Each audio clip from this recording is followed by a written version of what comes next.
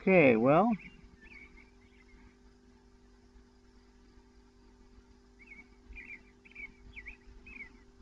I don't, unfortunately, I'm not able to see what the camera is actually recording, so I was hoping I could show you different machines on this farm, go around and show them to you, but since I can't see what the camera is recording while I'm using it, that might be a problem. But we're on the road today.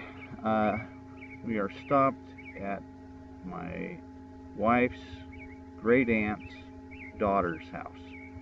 So what does that make me? Nothing. Um, anyway, yeah, it's my wife's great aunt's daughter. Second cousin? My wife's second cousin? I don't know how that all works. Anyhow, I didn't change the slides up today because I don't have internet connection. I'm just going to record this and I'll upload it later as soon as I do get internet connection. We're talking about machines, and a machine is anything mechanical that would be making your work easier and giving any sort of mechanical advantage. And it can be a bit confusing, just the definition of a machine, because it can encompass so many different types of things. Like, you don't think of a spoon as being a machine, or the levers of your body, your joints and muscles. You don't think of them as being machines, but there are mechanical advantages to how they're arranged. Therefore, it's a machine. A machine doesn't do anything by itself. You might think machines do something by themselves, but no, there still has to be a force applied. A machine may look like it's doing something by itself, but it's because it has electricity coming to it, or it has a gasoline engine, or even a river turning a mill.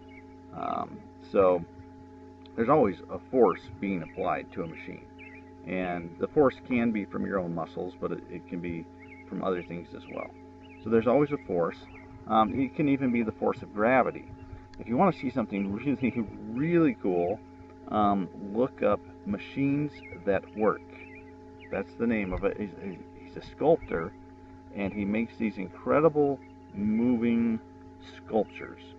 And it used to be that he would use the force of gravity, that there would be a weight that would slowly pull down, kind of like those old wind-up clocks, where you wind it up and like a grandfather clock, the weights slowly pull down on the chain, over time, and when you wind it back up, you pull those weights back up, and then they slowly pull down again. If they get to the bottom, then the clock stops ticking. Anyway, so he used to use weights, and then he turned to using springs, springs that, circular springs, and so you wind up the device and they move. These sculptures move in very interesting patterns. So I would encourage you to look up Machines That Work. I can't remember the name of the artist, but very, very interesting. I really want one. The only trouble is that they cost a couple $1,000s, which is kind of a lot to have something hanging on your wall. But one of these days, I think I'm going to have one. Okay, so machines, all sorts of machines, all sorts of levers. We're going to talk about 3 classes of levers. We're going to talk about wheels and planes and wedges, and it can get confusing just because it's not always obvious what this is. What is it at its most basic? So, and where is the fulcrum? Where is the effort being applied? What's the load arm? What's the resistance arm? That sort of thing. So it can get a little confusing, but hopefully these few minutes will make it a little less confusing. Okay, so work involves moving an object some distance by applying force.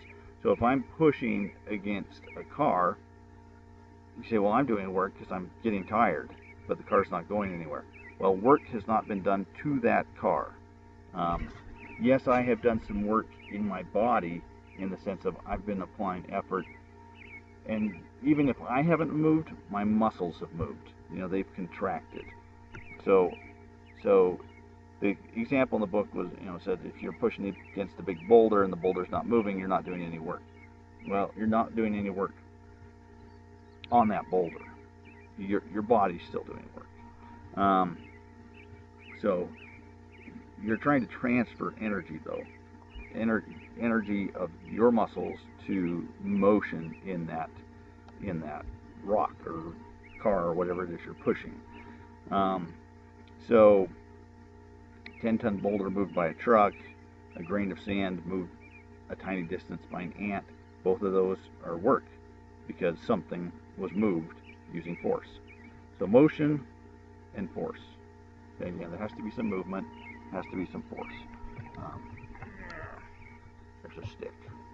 Work is being done on this stick because force was applied and it moved. So with a machine, you can increase the amount of force applied to an object. That's one option for a machine. You can increase the distance and speed that that object moves. So I'm hoping you can see this. I don't think you can. But I picked up a stick, and with a small movement in my wrist, I'm getting a pretty big movement out at the end. So I'm increasing the distance and the speed that the object moves. So if you look at the speed of my hand, that's pretty slow. Look at the speed at the end, that's faster. And you think about it, anytime there's this circular motion, the inside of the circle is going slower than the outside of the circle, because they each have to complete a circle in the same time. But at the inside, that's a small distance to travel. Further out, that's a larger distance to travel. And if you've ever sat on a merry-go-round as it's spinning, one of those flat ones that the kids push, that at the center of it, that the ride's kind of boring. You're not going too fast. The further out you get, the faster you're traveling. So increasing the speed and distance that an object moves is another option for a machine. In terms of increasing the force applied, there's another stick, and it's shaped like a wedge. And so whatever force I apply to this broad area, that amount of force is being focused at the tip. So by having a tip, I can put just a small amount of pressure, and it hurts, right? Because this amount of force that's spread out over this area is being applied just at the tip. And so without too much effort, if I went bam with the flat end, that much force, it doesn't do much. If I did the same amount of force with the sharp end, I would poke a hole in my hand. I'm not going to demonstrate that one. So I increase the amount of force applied to the object because it's a machine. This stick is a machine. So I can increase the amount of force, I can increase the distance and speed that the object moves, transfer a force from one place to another, like one gear moving to another gear, or if I'm pedaling a bicycle, I'm transferring the force from the pedals to the wheels, right? I'm wanting to actually move the wheels. Or if I'm rowing, I'm transferring force from the oars to moving the boat. Changing the direction of a force, if I'm pulling on something, if I'm pulling down to raise something up, that's changing direction. We'll try to come up with other examples. They're not always intuitive. They don't always make instant sense. But one rule is you cannot both increase the force and the distance at the same time. You can't do that. And we'll talk about that with a plane, with an inclined plane here in just a second. So friction is just a reality because we have gravity and things rub against each other. And in making machines, we often do a lot to try to reduce friction. We oil the machine. We put ball bearings in the machine. We try to keep it clean. So we do a lot of things to try to reduce friction because that's going to, friction, anytime there's friction, then some of the energy that's going into the system is going to be lost as heat. The more friction you have, the more energy gets lost as heat. And that reduces the efficiency of the machine. you know, overall. So your car engine, the car engine has to have oil in it, and the pistons have to be very well lubricated. If they start to get gunk building up, then they start to build up more heat. It's going to start to burn the oil, things like that.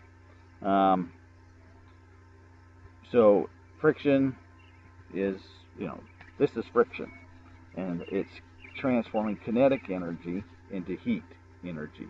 The energy of motion, you're producing heat, and usually that's not the intent, but you're always going to have some friction. Typically, you're going to try to reduce the friction, but on the other hand, you need the friction. If you had no friction on the road, the car wheels would just spin in place. They wouldn't actually go anywhere. So you need the friction between the car and the road if you want the vehicle to actually move. If I was to hammer something, hammer a nail into a piece of wood, the friction holds it there. And without the friction, it would just slide right out. It would be pointless. So it just depends on the application, whether you want some friction or no friction. Usually we try to reduce the friction. So with friction, there's starting friction, sliding friction, rolling friction. So here's this object, and due to inertia, it doesn't want to move. It's at rest. It tends to stay at rest. So the initial starting is going to have more friction than the amount of friction for sliding it. Once you get it started and it's sliding along, that's easier than the initial pull. So just the initial getting it started, it's kind of like getting a kid out of the bed in the morning. The initial waking them up, there's resistance there. So anyway, you can measure it. You can measure it with springs and stuff, but that initial starting to move, overcoming that starting friction, that's the most friction. The sliding friction is less, so dragging something along. Rolling friction is even less, and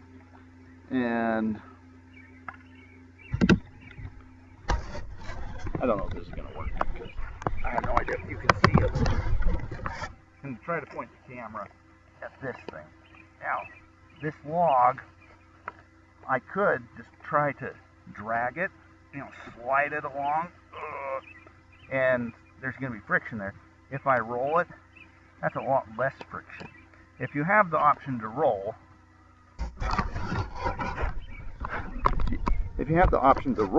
then that's going to be a lot less than the sliding friction, right? Because when you're rolling, the two surfaces barely touch each other, and any irregularities can just kind of be rolled over. So rolling friction is definitely less than sliding friction. Lubrication is when you oil something or get it wet or whatever. Lubrication reduces the friction. You're smoothing the surfaces between. You're smoothing the edges, basically. So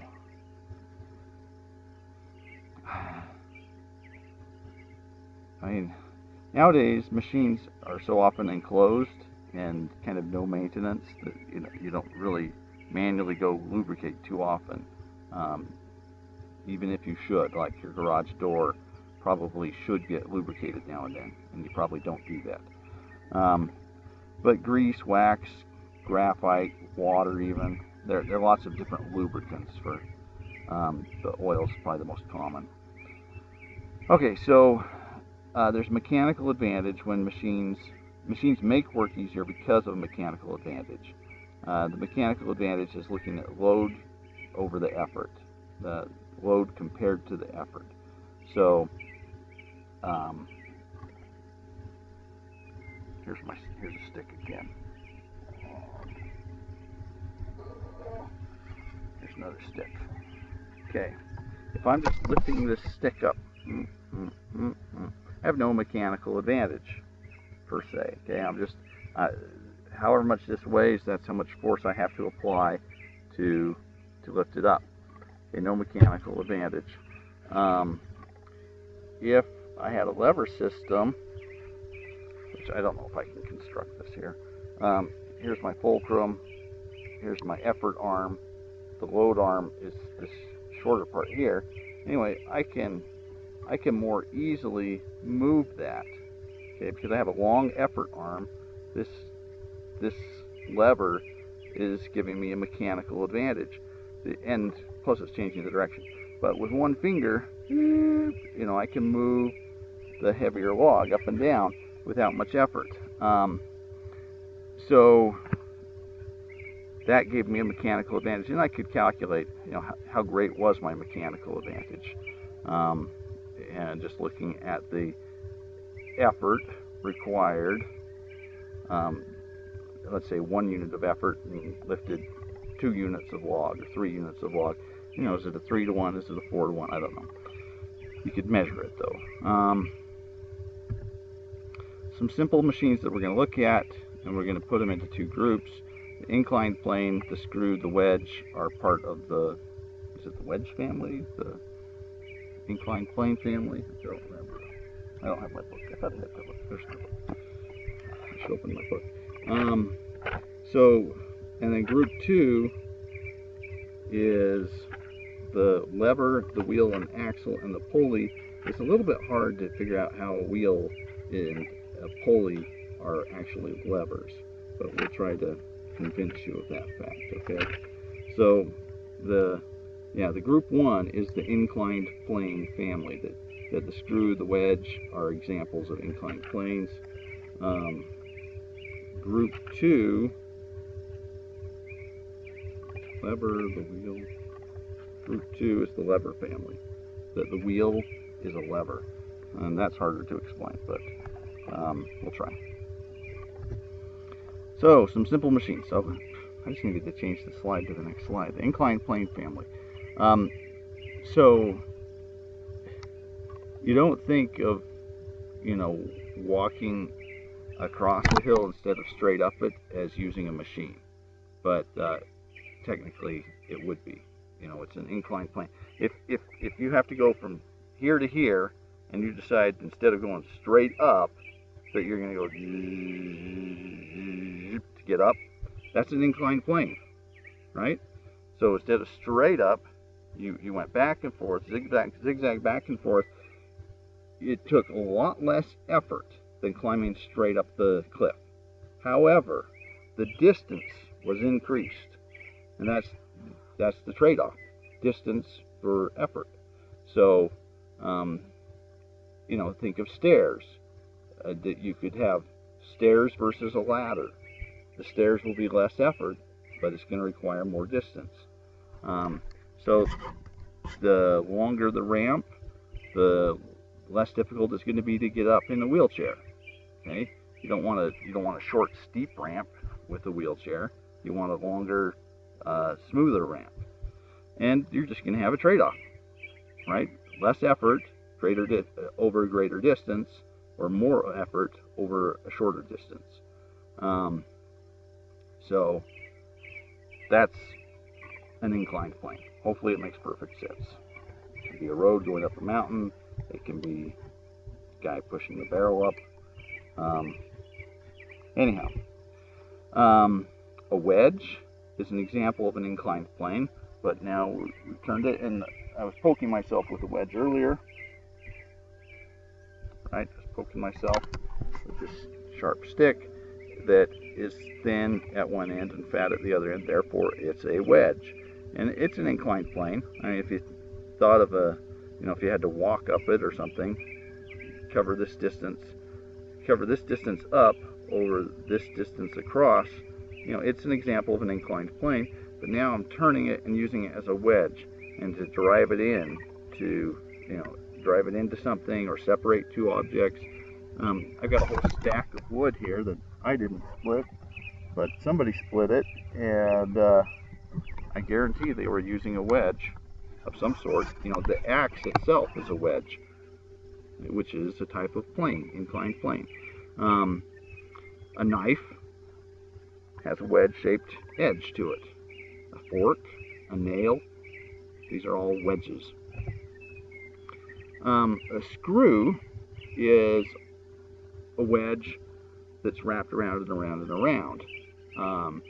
So it's a simple machine made from another simple machine. It's made from inclined plane. So an inclined plane wrapped around and around and around. And it has ridges. It's not smooth like a nail. Some screws are used to lower and raise objects. They're used to hold objects together.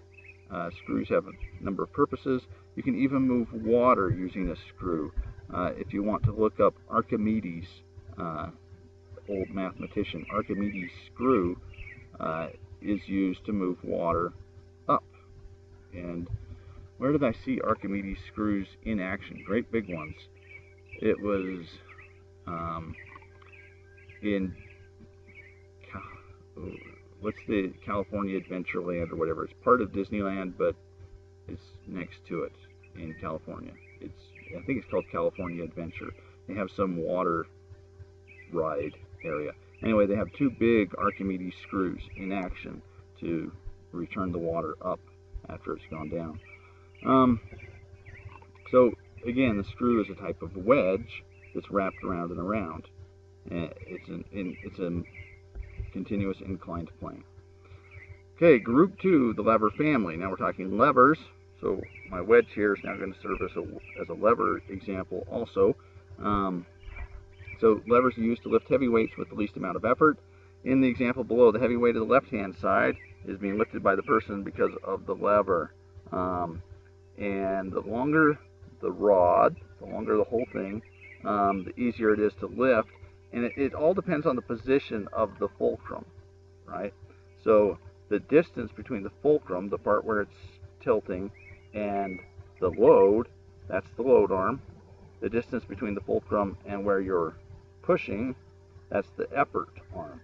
And so a long effort arm is easier, right? Long effort arm is easier, but you end up moving the load less.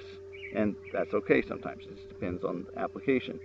Short effort arm, harder, but more distance and speed of the load. I'm thinking the tennis ball throwers they have for dogs. Right, that tennis ball thrower has a long effort arm and a short load arm, and so you're able to get a lot of speed and distance with that ball. Okay, so a teeter-totter is a lever. Teeter-totter, teeter-totter, and the fulcrum's kind of in the middle, but you know from experience, if you've played on teeter-totters, that you can adjust where you're sitting, you know, relative to the fulcrum.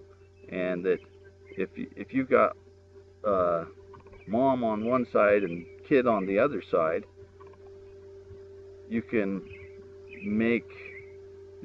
move mom closer to the fulcrum, and then the baby or the child's able to move mom because there's a longer effort arm relative to the load arm.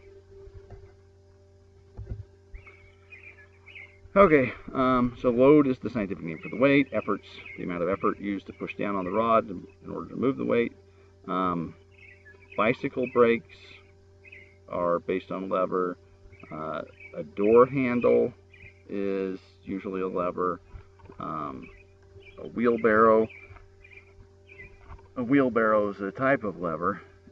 We have 3 classes of levers, and that can get confusing. I have to stop and think about first class, second class, third class all the time. And it's all about where is the relative, you know, where's the load, where's the effort, where's the fulcrum. And so we have 3 things: the load, the fulcrum, the effort. LFE. Well, let's just look at what's in the middle for each of these, okay? Kind of keep track of that. So first class lever, what's in the middle here? We just were doing a first class lever with the teeter-totter example. Okay, teeter-totter example, the fulcrum is in the middle. And it doesn't have to be a teeter-totter. Any sort of lever, like you're wedging something out, trying to get a rock moved. That's a first-class lever where the load and the effort are separated by the fulcrum. The fulcrum is in the middle. Fulcrum in the middle, first-class lever. F for fulcrum. Second-class lever, the load is in the middle. Okay, so I'm going to put the fulcrum here, and the load here, and the effort here. So this is wheelbarrow type stuff. Okay, this is you standing on your tiptoes, or on the, almost on your tiptoes. Here's the end of your foot. That's the fulcrum. The effort is the weight of your body, and this is the muscle putting you up on your tiptoes. Anyway, the load is in the load L is in the middle for second class lever. So we had F, fulcrum in the middle for first class lever. Okay, first class. Load in the middle for a second class lever. And I'm pointing here, there's nothing here for you to see, but if it was a wheelbarrow, we'd put stuff here, and and in this case, the load, the effort, they're moving the same direction. So load in the middle for the second class, so F, L, and the third class, the effort's going to be in the middle. Okay, the effort's going to be in the middle. Like, how is the effort in the middle? Let me think. If this is now a fishing pole, here's the fulcrum, because that's the point where it's turning. Here's the fulcrum. Here is the effort, and the load is the end of the fishing rod. Okay, so I have a short effort arm, a long load arm, and the effort is in the middle. Fulcrum, effort, load. Okay, so a fishing rod is an example of that, or if I was having big tweezers, okay. So now effort's in the middle. So we had F, L, E, 1, 2, 3. F, L, E, 1, 2, 3. The F, fulcrum in the middle for first class lever, F1. F, L, E, second class, F, L, E, 1, 2, 3. Second class, the load is in the middle. Third class, the effort's in the middle. F, L, E, 1, 2, 3. Okay. So if I have big pinchers,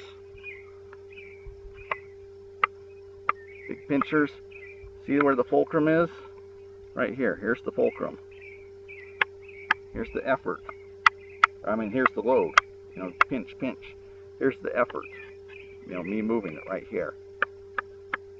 F-L-E. E is in the middle. E is in the middle. F-L-E, 1, 2, 3. Third class lever, effort in the middle. I hope the camera's working. Okay, group 2 is the lever family, and now we're going to talk. We talked levers, 3 classes of levers. Now we're talking wheel and axle, and the book goes through windlass and raising a bucket and stuff, and I confuse myself talking about this. I get it, and then I confuse myself. So wheel and axle, the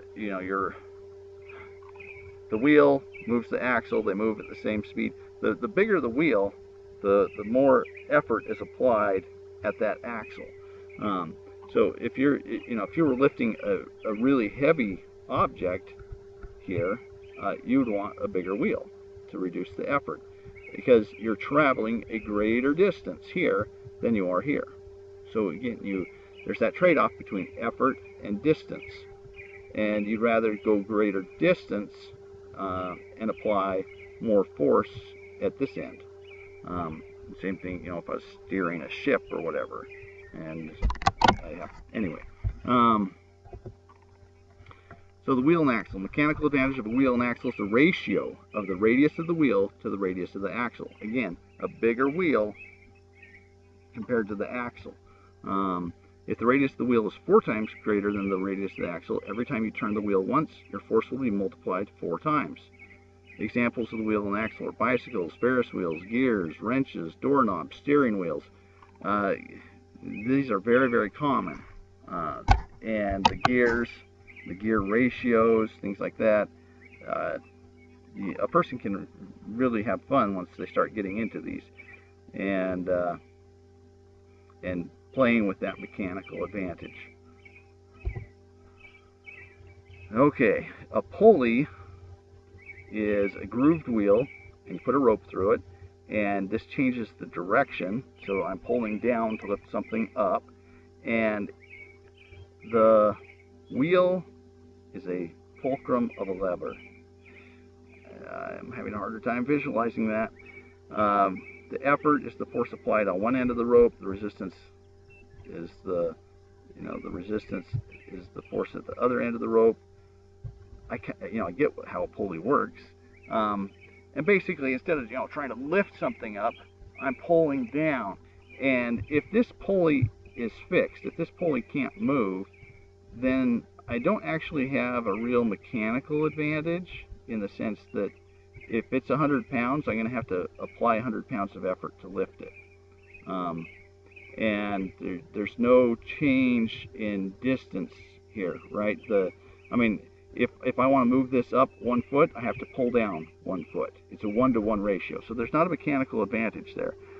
But it is nice to have that change in direction. So if I'm trying to lift up packages of roof tiles to the top of a roof, because I saw people all over Del Rio replacing their roofs, and I saw people, carrying 80-pound packages of roof tiles up a ladder. Now, what if instead they just put a pulley and something that could hold the roof tiles that could slide up the ladder with a rope? And that's a lot safer, and it's easier to pull down than to lift up. It's a lot easier on your balance. Anyhow, you can also add another pulley into the system, one that moves, and then you have a mechanical advantage. So you have a second pulley attached to your load, and now you have what's called a block and tackle system, and this will give you a great mechanical advantage.